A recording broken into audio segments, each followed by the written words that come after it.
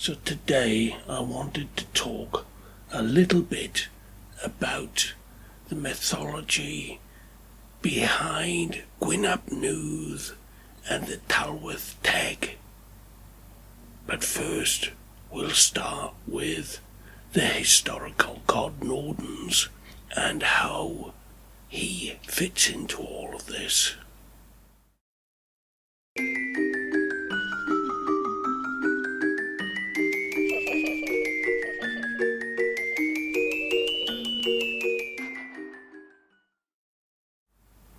So Nodens is one of the historical gods that dates back prior to the Roman period. But there's a shrine to Nodens on the banks of the River Severn at Lydney Park. So what has Nodens got to do with Gwyn Ap Nudd and the Tylwyth Teg? Well, Nodens in mythology was known as Nudd Rho Ariant, and he is mythologically the father of Gwyn Ap Nudd. Gwyn Ap Nudd meaning Gwyn, son of Nudd. And the other thing we should know, that there's a place called Neath in South Wales, and Neath is named after Nudd, and it is Neath that is said to be, or the valley of Neath is said to be the home of the Tylwyth Teg.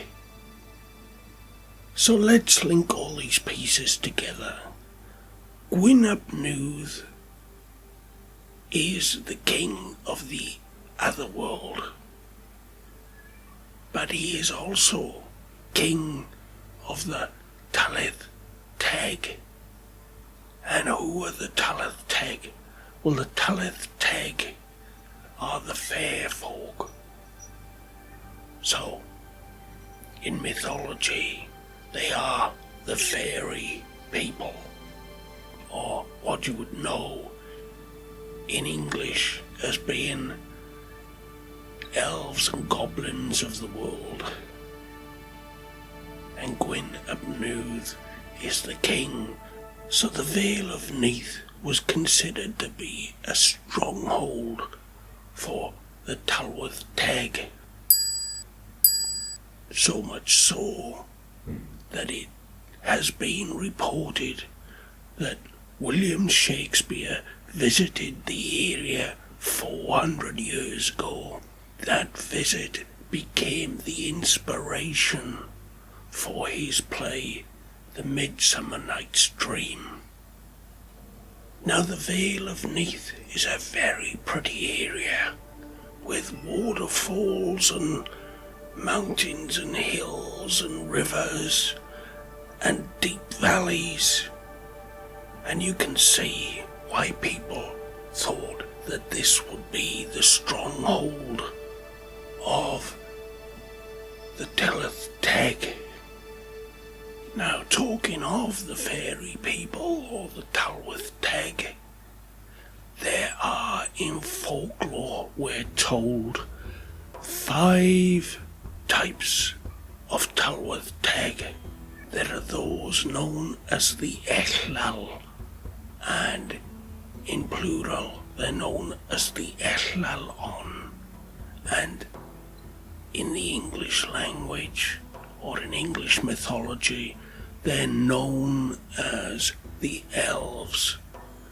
And these are the nature spirits of the woodland groves and the valleys, and their food consists of fairy butter and toadstools, and they use foxgloves to keep their hands warm in the winter.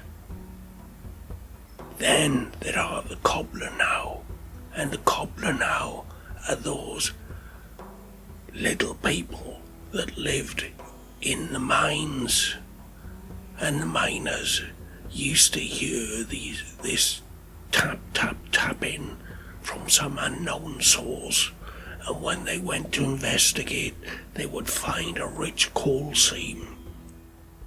Then there was the Bwbachod, and the Bwbachod were those little people, fairy spirits, that were the household fairies, and they helped around the house.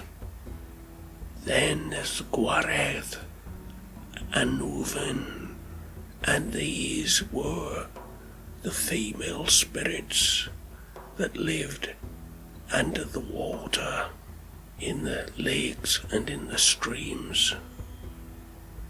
And then there was the Gwyllion, and these were the spirits that lived up in the mountains. And some people say that these are old women. Now all these little people, they are of course creatures from folklore, but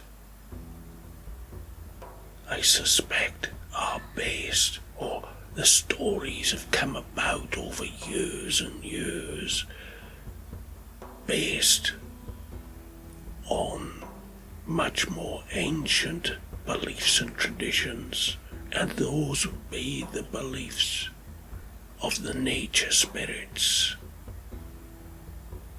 as the Celts were an animistic people.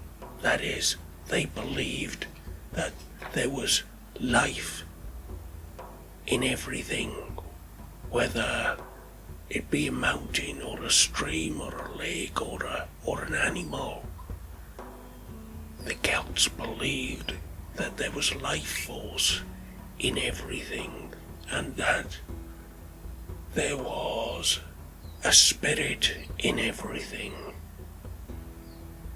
And so the woods had spirit, and the lakes had a spirit, and the rivers had a spirit.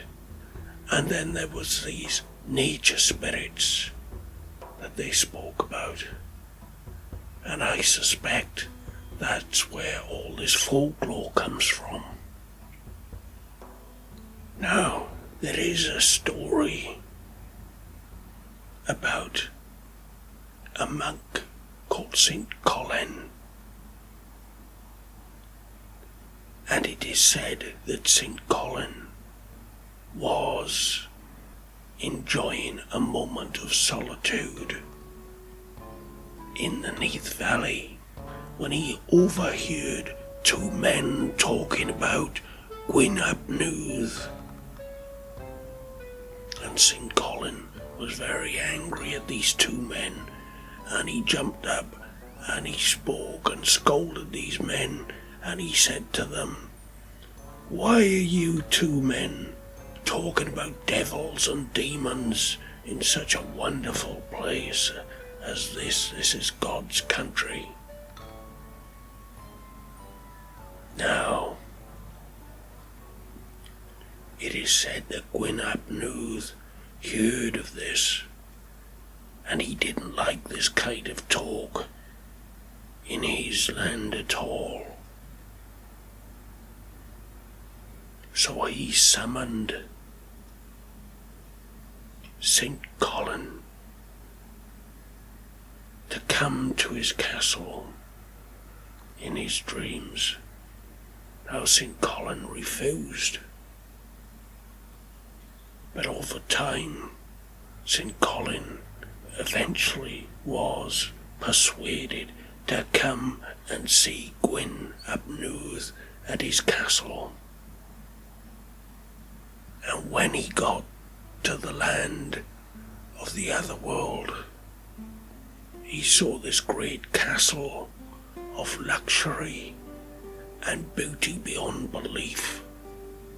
And Gwyn greeted Collen, and he said, "Whatever you want, you can have. You are my guest, and I make you welcome." But Saint Collen said, "I will not be bored by such luxuries." And he was a man of God, and he reached into his pouch and he pulled out some holy water, and he sprinkled the holy water all around, and Gwyn Ap Nudd, his castle, and all the fairy people disappeared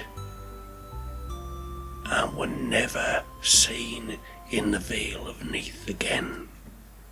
Now this is obviously a Christian story, and was told to show how the Christians abolished Gwyn Ap Nudd and the pagan practices from the Valley of Neath. But the truth be known is that Gwyn Ap Nudd and all the little people never existed in the physical reality anyway. And if you know where to look, you can still find Gwyn and all his little people right here, out in the woods and in the fields, in the rivers and in the lakes. If you know where to look and how to see, you will find